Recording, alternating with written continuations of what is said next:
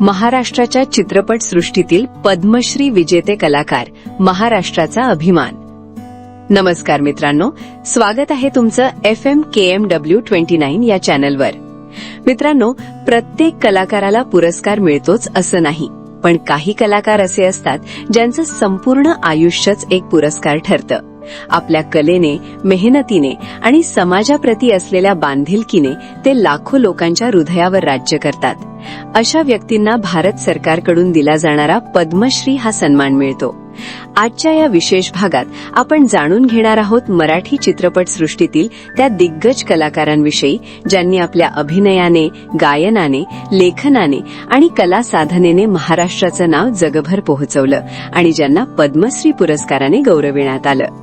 हा व्हिडिओ शेवटपर्यंत नक्की पहा, कारण प्रत्येक कलाकाराची कहाणी प्रेरणादायी आहे. पद्मश्री म्हणजे नेमकं काय?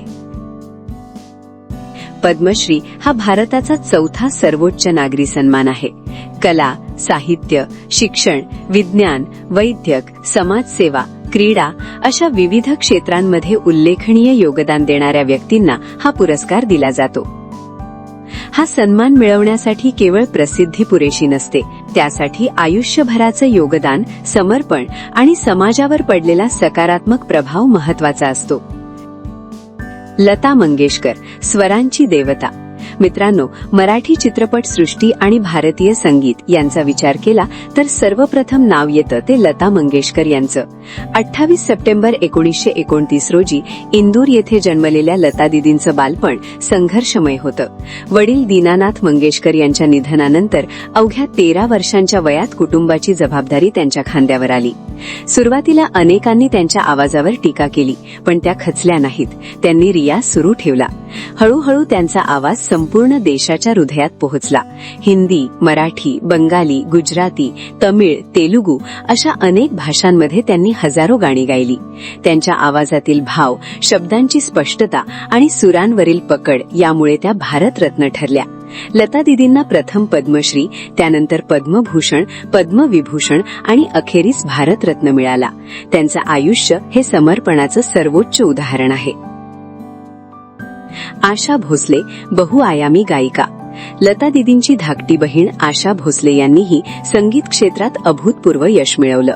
अत्यंत कमी वयात लग्न, कौटुंबिक अडचणी आणि आर्थिक संकटांचा सामना करत त्यांनी स्वतःची वेगळी ओळख निर्माण केली. रोमॅन्टिक गाणी असोत, गझल असो किंवा पाश्चात्य संगीत, प्रत्येक प्रकारात त्यांनी स्वतःला सिद्ध केलं. त्यांच्या आवाजाने अनेक दशकं प्रेक्षकांना मंत्रमुग्ध केलं. पद्मश्रीसह अनेक राष्ट्रीय आणि आंतरराष्ट्रीय सन्मान त्यांना मिळाले. शाहीर साबळे, महाराष्ट्राच्या मातीचा आवाज.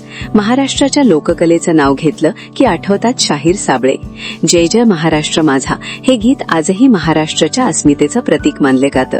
गरीब कुटुंबातून आलेल्या शाहीर साबळे यांनी लोकगीतं, पोवाडे आणि लोकनाट्य यांच्या माध्यमातून महाराष्ट्राची संस्कृती जपली.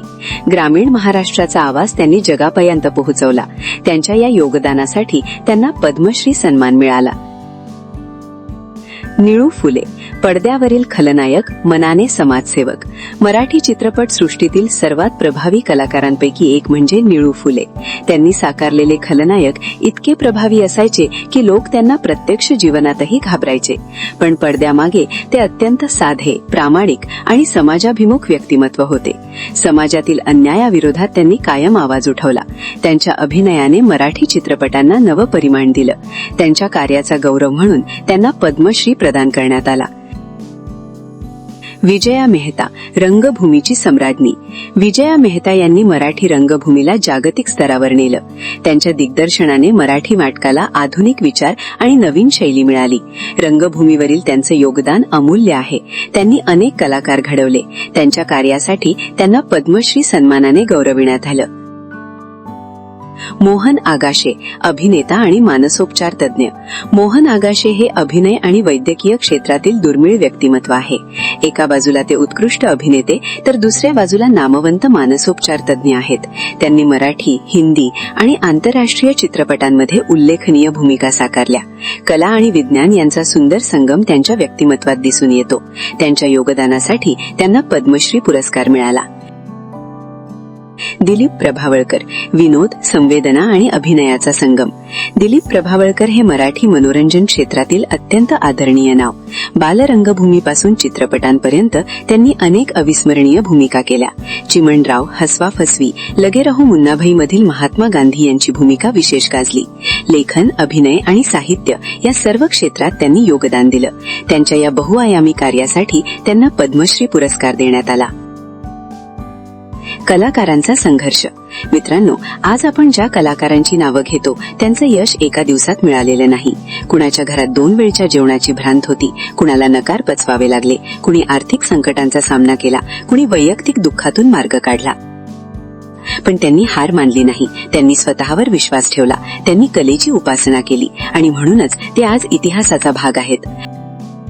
पद्मश्री मिळण्यामागचं खरं रहस्य. पद्मश्री मिळवण्यासाठी प्रसिद्धी असणं आवश्यक नाही. महत्वाचं असतं ते काम, महत्वाची असते ती सातत्याने केलेली साधना, महत्वाचं असतं समाजासाठी दिलेलं योगदान. या सर्व कलाकारांनी आपलं संपूर्ण आयुष्य कलेला वाहिलं. त्यांनी केवळ मनोरंजन केलं नाही, तर संस्कृती जपली, मूल्य दिली आणि पुढच्या पिढ्यांना प्रेरणा दिली. आजच्या कलाकारांनी काय शिकावं? आज सोशल मीडियामुळे प्रसिद्धी पटकन मिळू शकते, पण पद्मश्री सारखा सन्मान मिळवण्यासाठी दशकानुदशके मेहनत घ्यावी लागते. लता मंगेशकर यांचा रियाज, शाहीर साबळे यांचं लोककलेवरील प्रेम, दिलीप प्रभावळकर यांची साधेपणा, मोहन आगाशे यांचं ज्ञान हीच खरी शिकवण आहे. समारोप. मित्रांनो, मराठी चित्रपट सृष्टी ही केवळ मनोरंजनाची दुनिया नाही. ही संस्कृती जपणारी, प्रेरणा देणारी आणि समाज घडवणारी शक्ती आहे. या क्षेत्रातील अनेक दिग्गज कलाकारांनी आपल्या कर्तृत्वाने महाराष्ट्राचं नाव उंचावलं आणि पद्मश्री सारख्या सर्वोच्च सन्मानाने गौरव प्राप्त केला. अशा सर्व महान कलाकारांना फिल्मी मराठी KMW कडून मनपूर्वक अभिवादन. व्हिडिओ आवडला असेल तर लाईक करा, शेअर करा आणि चॅनल सबस्क्राईब करायला विसरू नका. तुम्हाला यापैकी कोणता कलाकार सर्वात जास्त आवडतो ते कमेंटमध्ये नक्की सांगा. धन्यवाद. जय महाराष्ट्र.